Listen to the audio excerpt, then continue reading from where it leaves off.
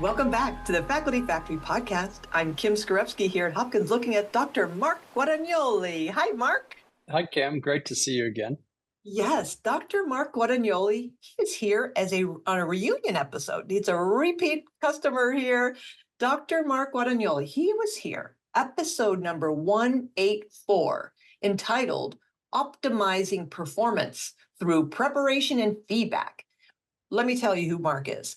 He is the Senior Associate Dean for Faculty Affairs, the Director of Learning and Performance, and a professor in the Department of Neuroscience and Neurology at the Kerkorian School of Medicine at the University of Nevada, Las Vegas, UNLV. New school. He's rocking it.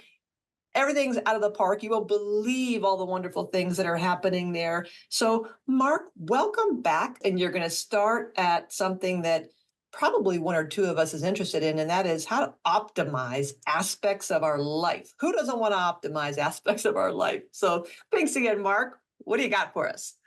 Well, I'll tell you, first of all, Kim, congratulations on the podcast and all the success.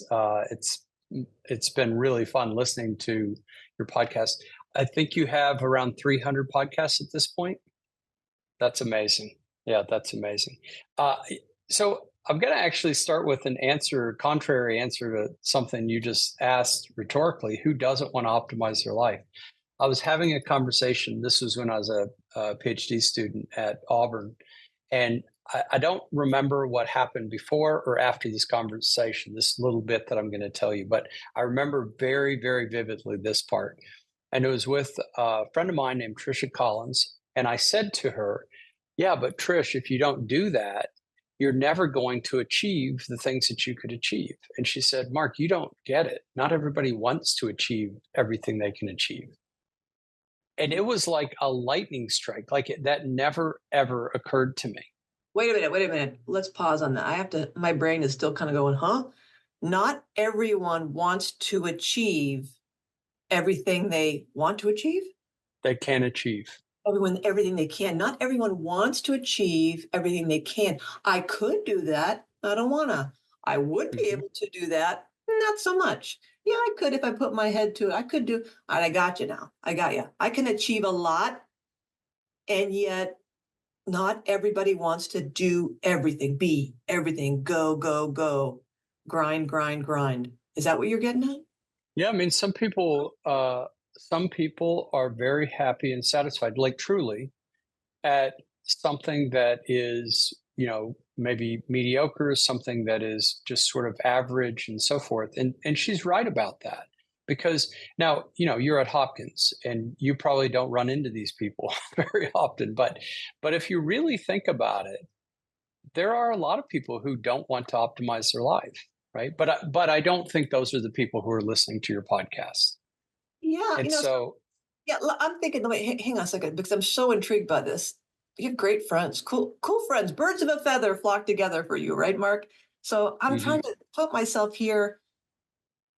Yeah, some of us would be choosing, maybe even different seasons of our life where we're choosing not to go up against the wall. And I'm going to throttle back. I'm going to get on the side road. I'm going to get off the fast lane. I could do all these things, but I don't want to. And I know I've met people, even here at Hopkins, who say, Kim, I'm not really into careerism. I don't really care about getting promoted. Should I whisper that? Promotion doesn't really matter to me. I love my work. I just want to do my work. So I get that kind of, not that it's pejorative. It could be a conscious decision to say, sure, I'm good. This is good enough for me. Good enough. I am happy. I don't need to keep getting awards and grants and papers and promotions and leadership titles, because at some point you realize what really matters. It's like what matters. It's on your wall, Mark. It's the relationships. It's people. Wow, we're already getting. I think that's right. And to be clear, I mean, I think both of us are saying this without any judgment around it. It's what people choose to do and what's going to make them happy and fulfilled. And, I think in careers, a lot of times there is a point of a career early on, typically where growth and advancement becomes a major portion of the career. But there's another time of the career where maybe it's contribution, and that contribution isn't done for accolades, isn't done for promotion, isn't done for those types of things, and not one of those isn't necessarily better than the other. They're just different. And so, you know, the only reason that you would want to optimize or want to do better is because you're not happy with what you're doing. And that could be in the micro, that could be our fitness level, right? Or it could be in the macro, just in general, I don't feel like I'm, where I want to be in life. But if you're fine with everything, you don't really need to do anything, right? Don't mess up. But and so anyway, I think with that in mind, this optimization piece really we should think about it at the micro and the macro, right? Do we want to change things in our life? And if we do, what are those things that we want to change, and how do we do that in the most efficient way possible? Um, and those, typically the people that I work with that you mentioned at the med school, also elite level athletes, corporate executives, and so forth. They don't necessarily want to change their entire life. They want to change something about their life or within their life, and that's where we really focus. You're right, Mark. One of the mantras I learned when I was getting my coaching certification from Dr. Jeff Auerbach, College of Executive Coaching, little plug, is he would remind us to remind our clients, what is the smallest change you can make that would have the biggest difference? Which is a reminder that sometimes you don't need to, oh my gosh, fix my diet and fix my exercise routine and fix my sleeping routine and meditate and write more papers and write more grants and see more patients and do more fun things with my family and. Rather, what's the smallest change, one thing that would have the biggest impact? Maybe that will be Mhm. going to bed half an hour earlier. Boom. And that beauty, the simplicity of saying, okay, exhale, I can manage one thing. So I like how you're going with that. I think you mentioned it earlier, the intelligence struggle. Can you tell us more about that and challenge point? Yeah, so we talked about challenge point before. I'll just do a quick review of it. So challenge point really came from a paper that Tim Lee and I published now 20 years ago, and it essentially, the paper said, if you practice this particular way, whatever that is that you're practicing, right? You're studying for an exam, you're learning golf, whatever it is. If you practice a particular way, the challenge point way, you will learn 3 or 4 times faster, and it will be stress resistant, which means that it holds up under stress, which is super cool, right? You practice for an hour and you get 4 hours worth of learning in that. And what it is based on is this idea of challenging yourself at an appropriate level, and hence the challenge point framework. There have been hundreds of studies that have tested this idea in all different types of performers. So these are children, adults, people with Parkinson's, older adults, elite level athletes. So all over the place, and it scales to the individual, which it becomes a really important aspect. So as I've thought about this concept, the concept actually is even bigger than that, in that if we look at this challenge point, or what's called the optimal challenge point, that's really about an intelligent struggle. How can we struggle in a way that yields the best results? And so, to me, a really simple example of this is exercise. You go to the gym, you work out, and you work out in a way where you're struggling. Most people, probably enjoy the struggle. So it's not that you're suffering, but you're struggling. And that yields the optimal muscle growth or cardiovascular benefits or psychological benefits and so forth. Because if you go to the gym and you don't struggle, you're not getting the benefits. And if you go to the gym and you struggle too much, you're inviting injury and the other side. So there is an intelligent struggle that's somewhere in between those, which happens to be completely consistent with this idea of challenge point. So when your coaching advisor says, "What's the one thing?" my guess is he knows that your plate is very, very full. And so for you to take on 5 things means you probably will take on 0 things. Mm. But this one thing is the intelligent thing, the intelligent struggle that you can do to move forward. So, and it applies in pretty much any aspect of life. In fact, a friend, Chris Bertram, and I are working on a book right now around the intelligence struggle, which is a super fun project, partly because I love working with Chris, and partly because I really get to think about how we can improve lives, help people improve lives through this struggle. Oh, wow. Good stuff. The skill level, the distinction between the skill level and the task difficulty. Mhm. I remember that as being that sweet spot that you're reminding me, because I'm a gym rat as well. And so it is really important to find that nice spot between feeling competent and yet still challenged. And it reminds me of the Shik Sheeman high. She sent me high. Yeah. I can never say his Mhm. name. Where you're in that flow, that optimizing flow state. Mhm. How can you give us an example in academic medicine as faculty members? What does that look like on a daily basis? Finding that intelligence, the flow in between skill and difficulty. Where does that happen, or where does it not happen, and we kind of get outside? It's either the skill level's too high, the task is too difficult. Where do we get out of flow? Yeah, I think this is a great question. So Mihai Csikszentmihalyi, Thank you. the person that you're talking about, who was the originator of flow, essentially said that if your skill level is equaled by the challenge, then you have the possibility of being in this magical state of flow, which means that time vanishes away, your effort seems effortless, you're highly successful, and so forth.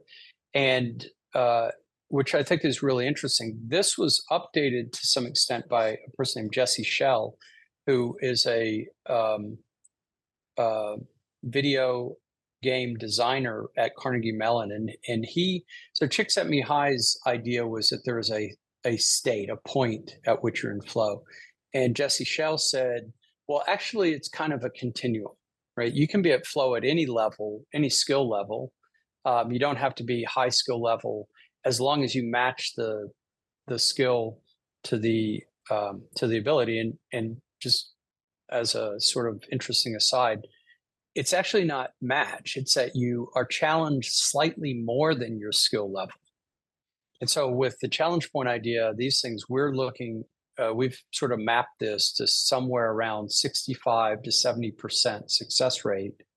That's where you're optimizing. So I play golf. So if I can hit successfully 65 to 70% of my shots as I'm practicing, which means I'm failing 30 to 35%, that's probably my optimal challenge. Now, the reason I say this is because within academic medicine, failures are usually less obvious. I know if I miss-hit a golf ball or I don't hit my target, right? And what they end up doing is they start taking from our energy reserves, right? And so eventually, if we keep going, they lead to burnout. So the intelligence struggle is where you get done with the end of the day and you're tired, but you feel great about it. The burnout struggle is where you get done, you feel like you didn't do anything, and you're exhausted, right? And so some of this is mindset, and some of this is the thoughtfulness with which you're doing things. And one of the things that happens in medical education, academic medicine, as you know this, the people who are good at something are asked to do a lot of things. And sometimes the things that they're asked to do because they've been successful in other areas. But this thing they're being asked to do, that's really probably not for them. And yet, those people, and I think, you and I to some extent have fallen into this, those people say yes. Right. And that's really, that becomes something that's so important. That's where the struggle no longer is intelligent. The ability to say, no, I'm not the best person for this. I'm not uniquely qualified for this. Let me suggest someone else that can do this. Or do you mind if I talk to such and such about this? I think they would be great. That's a really important skill, because then not only you're contributing to that other person, but you're staying in an area that where you can be successful and you can feel good about the work that you do. Mark, that is so important what you just pointed out here. And I'm thinking of so many examples because here's the dilemma, I think, especially for early career faculty members. When they're asked to do something, they're the mindset is, I must say yes, Mhm, yes, mhm. yes, yes, yes, yes. Leaders are, they believe in me, they're valuing me, they're testing me. I'm been given a stretch project. I want to be seen as a good community member, and I'm participating in some of the, the governing processes or search committees or leading other uncompensated effort programs. So we want to say we're inclined, the noble profession. We all want to help. Yes, yes, yes, yes, yes. So it's also one to help. It's also maybe some of that little latent notion that this is, I'm expected to do this in academic medicine. This is what we do. And maybe it's going to help me get promoted and put me in good stead with certain Mhm. select groups of people. And yet, what you just said at the tail end of that is the problem. What if we authentically know that, oh, wow, now I'm out of my comfort zone and it's not a, well, stretchy thing. I could just put my nose down a little bit and I can learn it. This is like, whoa, way out of my ability. I don't have the time, the effort, the energy, the interest, the personality preferences, the my disposition. And I'll give you a personal example. I was asked for the second time now to revise what's called our silver book here at Hopkins. And we have it's called the gold book, and the silver book accompanies it. The gold book is like the Bible, the good faith agreement between the university, the school, and the faculty members, that thou shalt do this and do not do that, and appointments and all that important work about how we're appointed and promoted. The silver book is the book that accompanies that. And it's basically the nuts and bolts of how to get promoted. Well, I did the first revision 7 or 8 or 9 years ago. And so naturally, when it's time to be revised again, Kim, you did it last time. Why don't you do it this time? Well, the first time I did it, I was working in basically isolation and just tapping, hey, Mark, I need some information on this committee.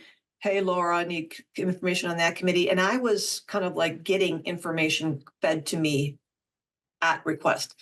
Now, this iteration, in the Zoom era, I quickly realized when I'm on a call with 16 other people and we're looking at a document on Teams in real life, and the chat in the Zoom call is blowing up. My text messages are blowing up on this meeting. The people talking are blowing up. The document in Teams has about 5,000 comments and bubbles and balloons, and someone's editing it. They're real time, and words are changing in front of me. And I literally remember taking a deep breath and pushed away. I'm like, this is not for me. I am not good at this. I was getting so anxious and nervous and upset because it was just too much flooding me. And I thought, well, who in the world? This is not a good way to work. And the irony is that at the end of the call, I emailed somebody else and she was like, I said, I'm so sorry. I don't feel like I did a good job running that meeting. I'm not good with Teams. And when I'm so sorry. I apologize in advance. And I was going to ask her for something. She's like, oh my gosh, Kim, I love this stuff. I love it. And that's when I was like, oh, wait a minute. So what you just said, Dr. Mark Guadagnoli, reminds me that we have to have the integrity and the authenticity to say, thank you, Dr. Guadagnoli. I appreciate you thinking of me. And yes, it makes sense. I understand why I was asked to lead this because I did thus and such. And things have changed, or I know we're using a different thing. And this is really outside of not only my ability, but it's outside of my comfort zone. This is not where my strength is. I will not, Mhm. I believe that I will not do this project justice. So in this instance, in this kind of environment, I don't think I'm the best person for you, but Lisa Burwell loves this stuff. So she'd be great for it. I totally hear what you're saying. And that's, as leaders in an academic medicine, there is that sweet spot, and being honest and not worrying that Mark's going to say, she just said no to me. Wow. Because she's being selfish. No, because she was actually did a gut check. And no, that's a good answer. No is a good answer at this time.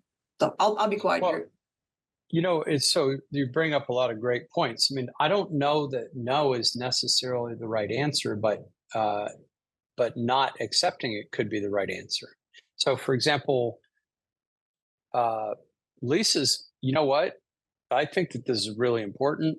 Lisa is really good at this, and I think she'd like to do it. Do you mind if I talk to her about it?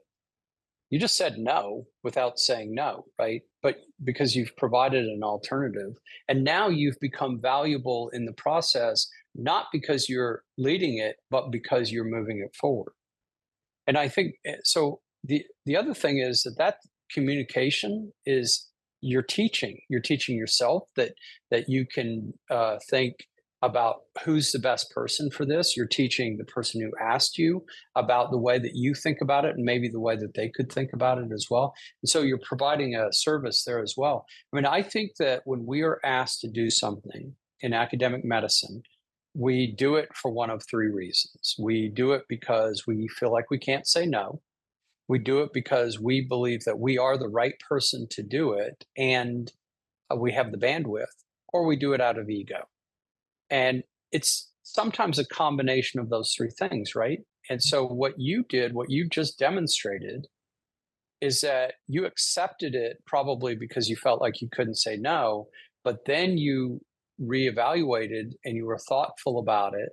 I may have been the right person to do it some time ago. I'm no longer the right person to do it. So let me get it to the right person. And now you've shifted from individual contributions to having someone else be a contributor, Yeah. and everybody wins. Yeah. Yeah, you're right, Mark. And it's also a reminder for all of us that just because things have been done a certain way in the past doesn't mean things must be done that certain way now or in the Mhm. future. So when someone says, "Hey Kim, we want you to lead the silver book," what do? I go to the recognized pattern of what does redoing the silver book mean? Rather than, I mean, that was my fast, lazy thinking. Rather than saying, gosh, thanks, Dr. Oliva.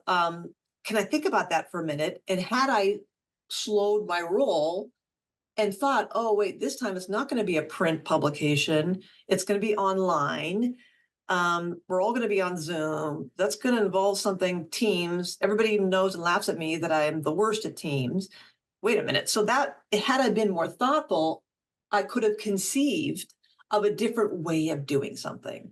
And then it becomes more of the we and not the I. And I could have been more creative at the beginning versus now just being, um, yeah, going bonkers, going the left way because I was lazy. That's why I got here, is because I was lazy. I thought I did this. I took the shortcut of thinking, oh, that's what that means. And I imagine people listening to this who see patients and who are in the lab and growing their businesses and doing all the things we do. It's a good reminder that you don't have to, just because you did the experiment that way or the paper that way last time or the grant that time or have this meeting that way, doesn't mean it always has to be that same way. We're free, right? We're free to do whatever. We can Mhm. change things whenever we like. Well, I don't know that you need to be that hard on yourself, Kim, but I will say that we default into certain behaviors and certain thought patterns. I mean, you know this. We have a default mode network that's basically set up for that, because it's efficient in some ways to just default to what we've always done. The problem is it's highly inefficient in other ways, right? So to be thoughtful about whether or not this is a default process or this is something we need to think about, that's really where you can start increasing the efficiency and happiness and satisfaction and so forth. Yeah, and growing the team and providing Mhm. an opportunity for other people to exhibit their strengths and their gifts. For Lisa to shine. I mean, who Mhm. knew? Because I'm making assumptions that who in the world, who in their right mind, I messed this whole thing up. This is all wrong. While again, not recognizing that for some people, no, this is perfect. They love this. Mhm. So that challenge as a leader to rethink how we do things, I think is so beautiful. And I love how you challenge us to think and rethink our intelligence as a struggle. It, I'm going to repeat something because it's a struggle doesn't mean that it's necessarily something that's suffering, right? Again, we create struggles for ourselves in the gym, in work, and so forth. And it may or may not be suffering. I can tell you, I know people who going to the gym is suffering, right? But I also know other people who go to the gym is one of the greatest things they do whenever they do it. Yeah, I'm with you on that. That's my happy place. That in a Yeah. library, it's a toss up where I could spend a day in a library or a bookstore or the gym. Yeah, so let me think about this for a second. You just said the struggle. Yeah, sometimes, yeah, the struggle, yeah, it's a solving a puzzle. And that Mhm. elation of when you're like, yeah, I got the perfect sentence, or I wrote the grant, I'm done with the grant. And it was a slog and I really struggled. It was like many, many reps, but I finally finished the last rep and that grant's been uploaded.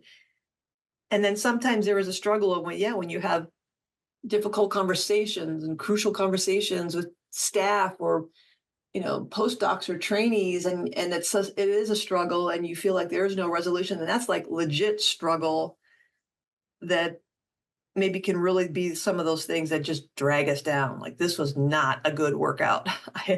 um it's a drag, and this is not a something that ends with my feeling immense satisfaction. And yeah, it's more like, oh, here we go again. And I think a lot of that is around our mindset about it. The the I I don't know this for sure, but I would guess that those workouts that are immensely satisfying and those that are not immensely satisfying, one of the things that is different is how invested we are in the workout. Like the Mhm. one that is not immensely satisfying, I would guess that most people are pretty preoccupied with other things. But if they allowed themselves to be immersed in the workout, it would be satisfying. This is the exact same workout. No, I do this every once in a while for myself, and I annoy my friends with this suggestion as well. What do you do when you come up to a red light? Like, do you get mad because it's a red light? Do you check your phone?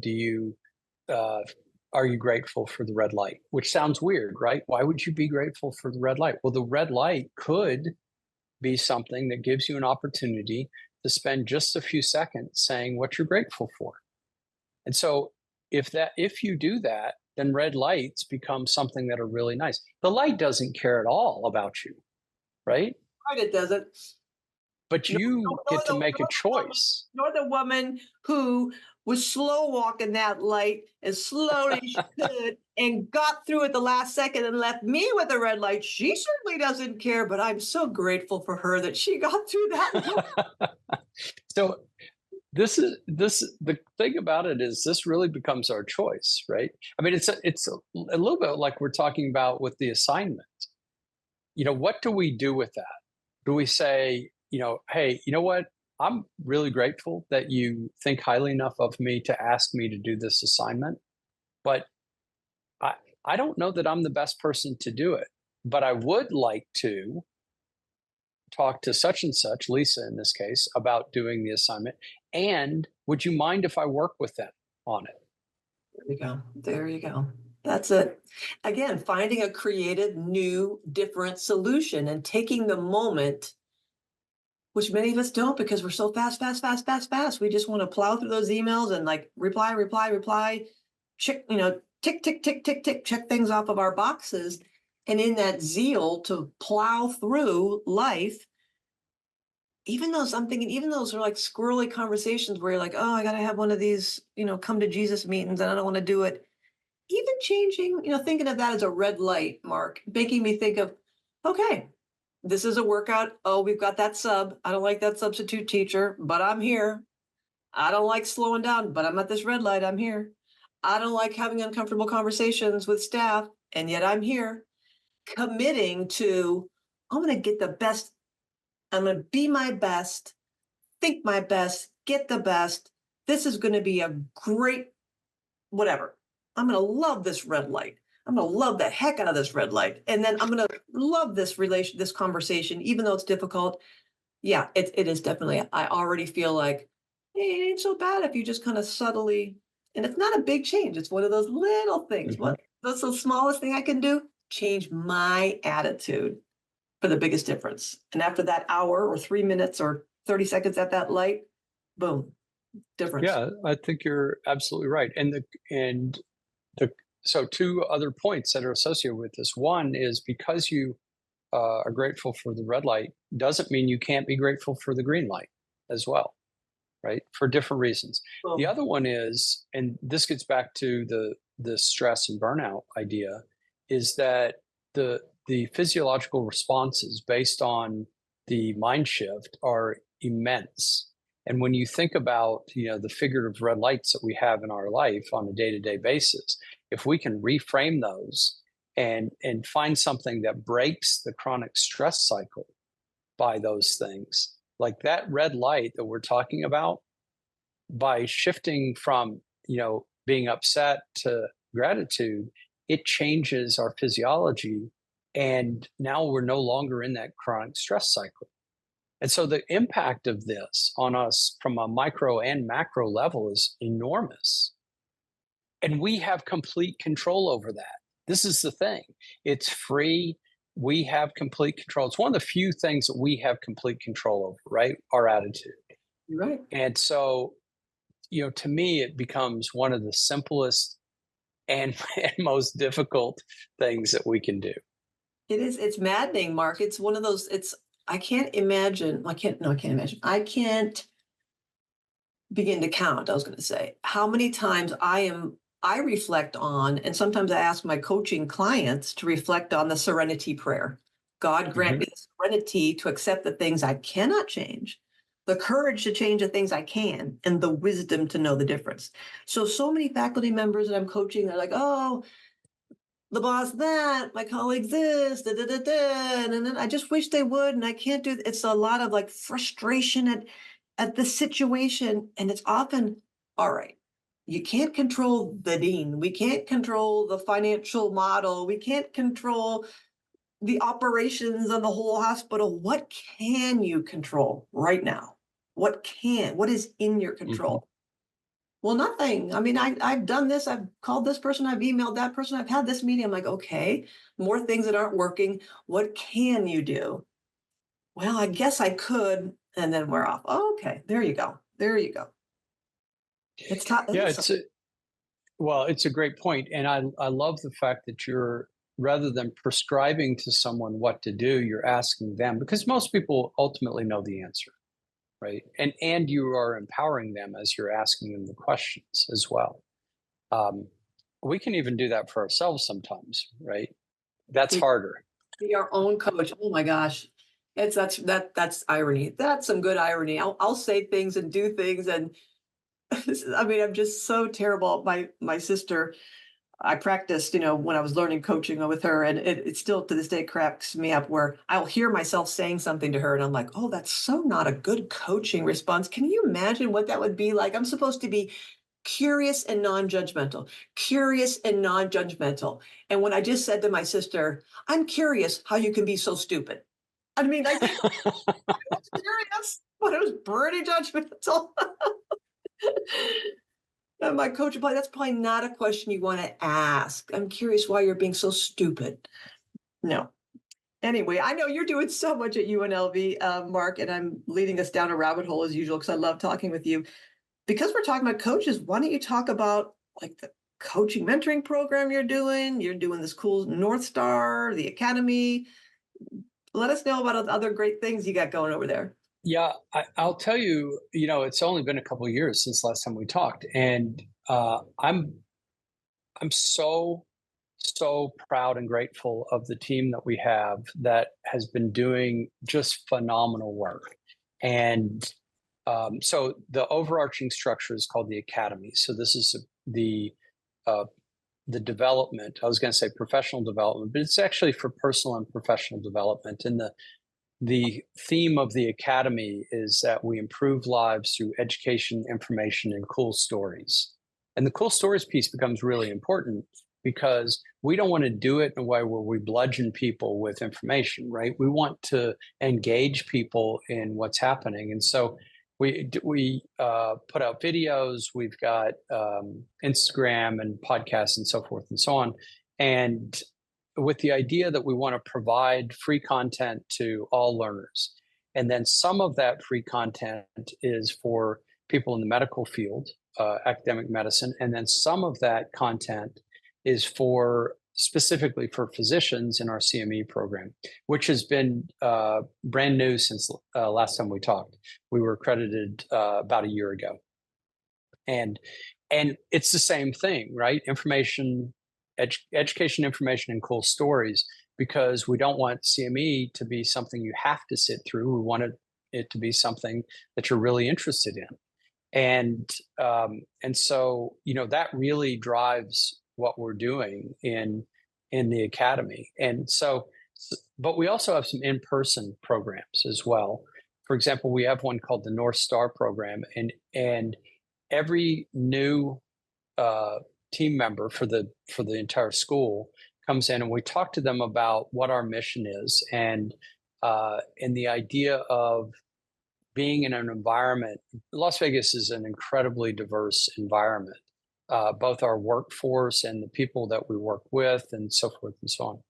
And so we talk about the idea of diversity and inclusion, and in all ways that you can think about it, and how we can, embrace those things.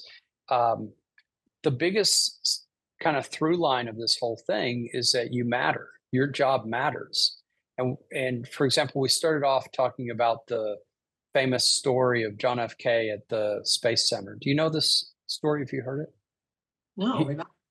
So he's having a tour of the Space Center when it very first opens, and he notices the custodian there that's mopping the floor, and he's looking at this guy because he's so happy with what he's doing. And so he leaves the tour and he walks back and he introduces himself to the custodian. He said, "What are you doing here? Like, what's your job?" And the custodian says, "I'm helping to put a man on the moon." He says, "What do you mean?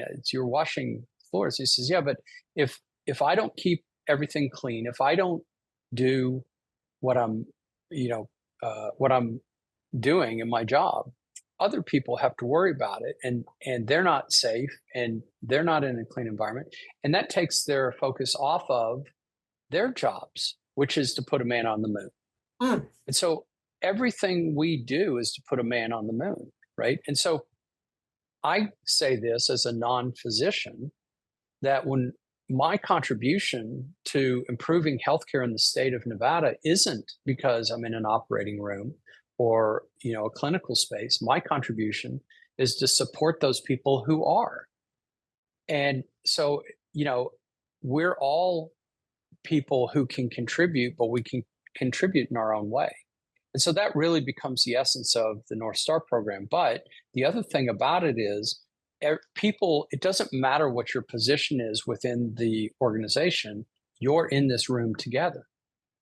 So we could literally have a custodian and a neurosurgeon in the same room, right? And in fact, we've got, and it's one of the glorious parts about this program is that people get to know each other as people.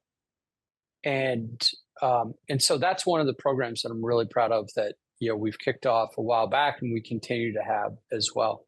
And then the other one that we're actually kicking off, I'm very grateful to Stanford's School of Medicine, because they've coordinated with us. Sarah and Rania from the School of Medicine at Stanford have a coaching program, which is fantastic. It's an exemplar program.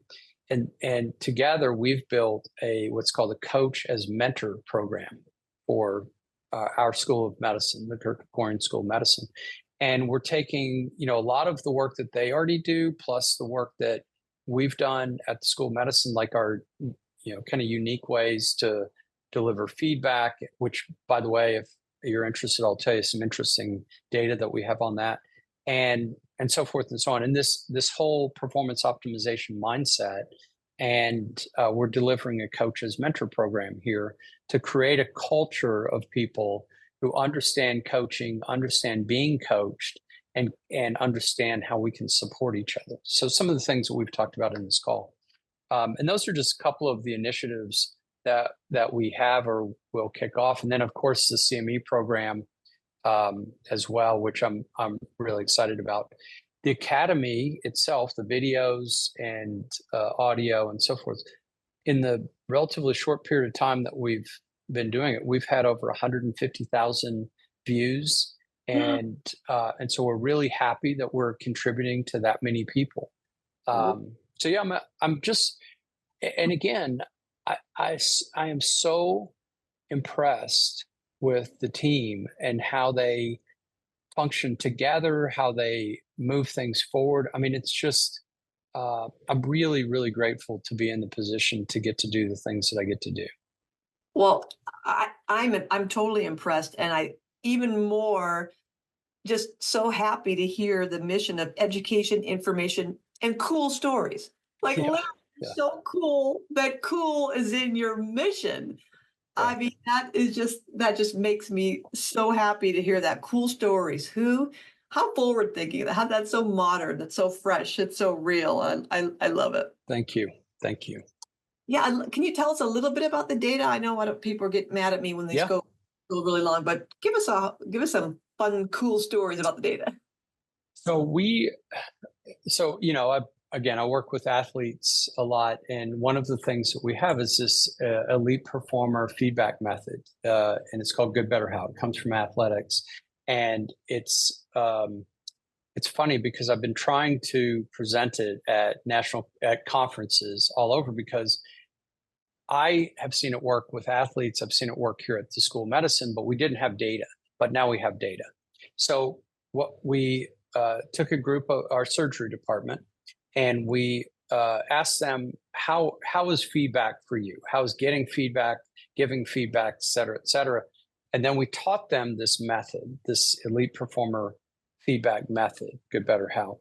And then afterwards said, what is your overall rating of this method? And how does it impact your ability to receive feedback and give feedback?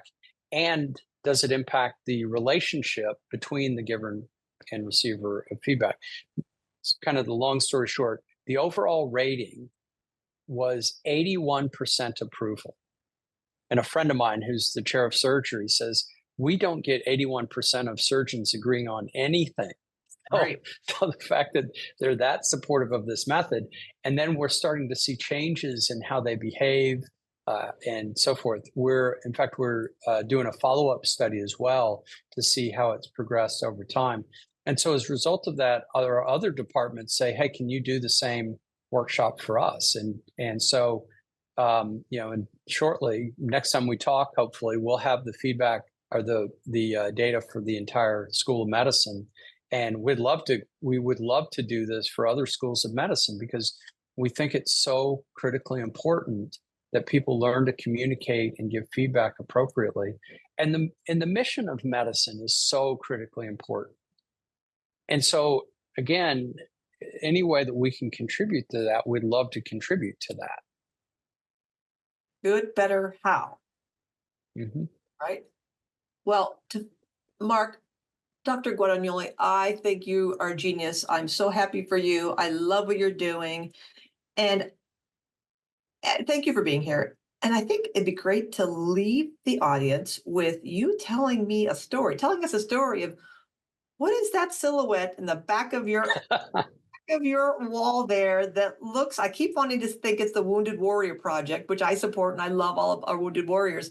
And I don't think it is. So will you tell us a story and how that relates to academic medicine? It's not the Wounded Warrior, but I will tell you, you're closer than most people. Most people just think it's a Rorschach that I have for some reason in my office. It's actually a sort of an abstract picture of a samurai. And so several years ago, I had the opportunity to do samurai training, and I learned in that training that the sword is one of the last things that the samurai uses. They only use it if they don't have another recourse, and then they use it in excellence. And I think that piece becomes important as well. So it's not that they don't know how to use it.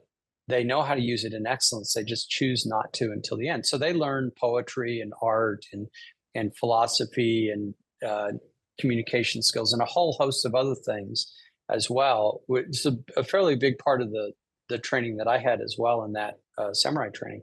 And I thought about that as I moved into this position. The last thing I want to use is the sword. I want to use art and communication skills and these things to help people to get to where they want to go, and for the betterment of the school, the mission of the school, improving healthcare in the state of Nevada. And so that's really something that I put up there to remind me every day as I'm standing at my desk, and I can see it. It's right in front of me. And then you may have seen the cards that are next to it as well. I'm always amazed that people and thankful that people take time to write thank you cards. Like, it's incredible to me that they do it. So I put those up on the wall as well to remind me of why I'm doing what I'm doing, because we all have those days, right, where we forget. But this is one where these things remind me I can't forget. So yeah, thank you for asking. I actually, this brings joy to my heart to get to think about those. Yeah, friends, there are 51. I've counted 51 that I can see. Beautiful greeting cards are literally like, I guess they're taped to his wall. It's beautiful. It's a glorious montage of reminding us of being grateful for the red lights and the green lights, being grateful. Dr. Mark Guadagnoli, thank you so much for being on the Faculty Factory podcast. And friends out there in podcast land, you'll want to check out the profile description with all these links pointing you to the wonderful resources at UNLV. Thanks so much, Mark. You're welcome, Kim. Thank you so much for having me on. I really appreciate it. Podcast producer Casey Conlan here. Just wanted to make sure you were reminded that our newest Faculty Factory book, The Academic Medicine Starter Kit, Timeless Tips and Guidance for Early Career Faculty Members, is now available by visiting facultyfactory.org. You can find it on the home page there. I also wanted to remind you that this podcast that you're listening to, as of September 2024, has had nearly 89,000 total downloads and more than 15,000 total YouTube views. Faculty Factory website has drawn more than 49,000 web visits from users in 122 different countries, and we'd like to invite you to be a guest on our show. So please visit facultyfactory.org, send us a message there, or reach out to the show directly, facultyfactorykim@gmail.com. Please reach out there if you'd like to be a guest or to nominate someone in our academic medicine community to be a guest on our show. Thanks for tuning in to Faculty Factory Podcast. The mission of the Faculty Factory is to build and support a community of leaders in faculty development who share tools, resources, wisdom, and encouragement in service to our faculty members, schools, and institutions. We encourage you to go to facultyfactory.org to find out more. Get in touch with me, ask me any questions. Maybe you want to be interviewed on the podcast. Thanks for tuning in to Faculty Factory Podcast. We'll see you next time. The Faculty Factory podcast and website is sponsored by the Johns Hopkins University School of Medicine Office of Faculty. For more information, visit facultyfactory.org.